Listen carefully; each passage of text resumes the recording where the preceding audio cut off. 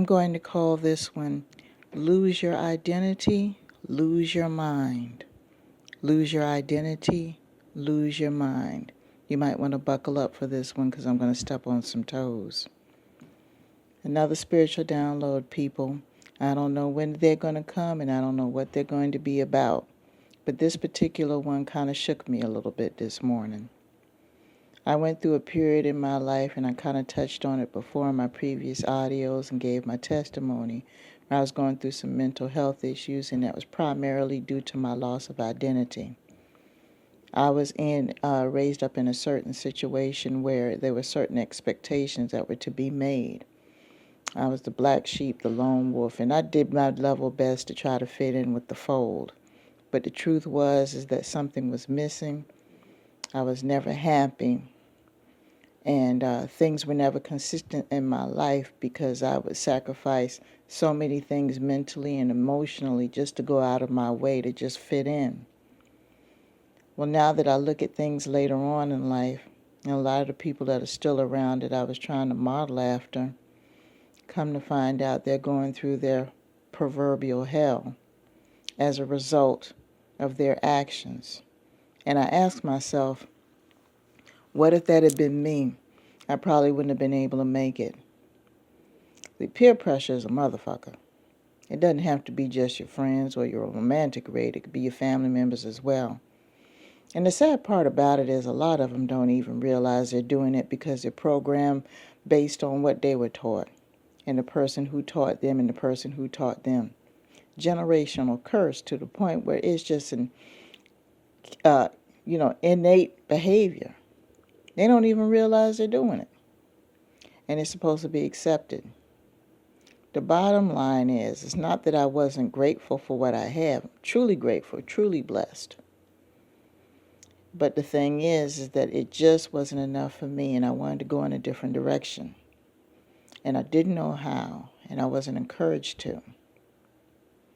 So when I did have a chance to go out into the world, excuse me, and see how other people live, and see that things are different, and start to spread my wings a little bit, I didn't know how and I couldn't adjust.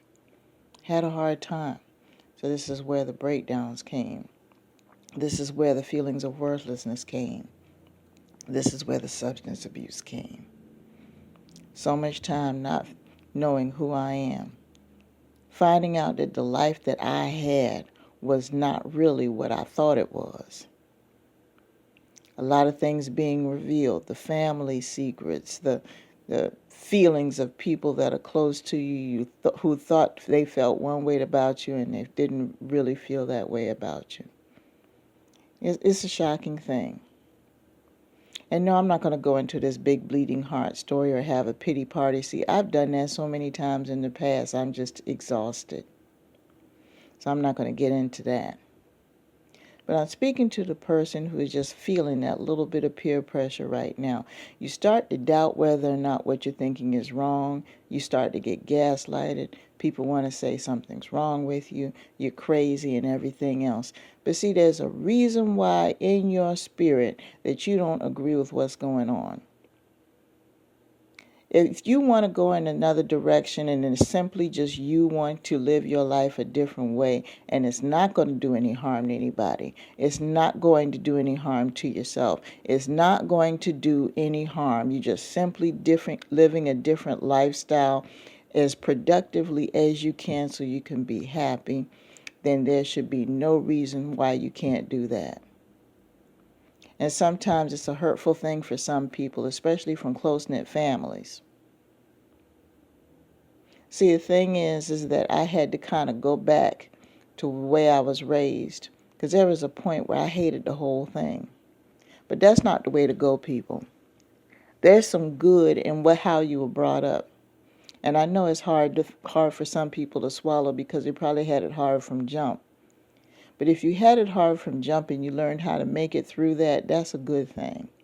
Because you were able to endure and survive things that most people would not have been able to endure and survive. So be thankful that you're here. Use it as a testimony to reach out to other people, to teach other people who are going through the same thing, who want to check out, who don't want to hang around anymore. You might be the only voice of reason that they could have. Cookie cutters are nothing but cookie cutters. That's all they do is cut cookies. They don't make people. So if you feel it in your soul that you want to go in another direction, and you don't want to and you don't receive any support from the people who want you to live a certain way, there's a reason for that. It may have to do with your universal purpose. You might be the one to change the tide. You might be the one to make things different. You might be the one to break the generational curse. It might be on you. And you're going through this difficulty so you can develop the armor, so you can develop the strength and the wherewithal to be able to weather the difficulties that are going to come with the awesome responsibility of exercising your spiritual gifts. It's not for the weak-hearted. It's not for the people who follow the leader. So if it's part of your identity, you know deep down that you want to do something just a little bit different than what everybody else around you is doing, and you know that it's a positive thing, but it's just different and they don't understand, don't lose your identity, because if you lose your identity, you will lose your mind. With that being said, I'm going to go ahead and let you guys go. Peace, protection, prosperity, and power to you.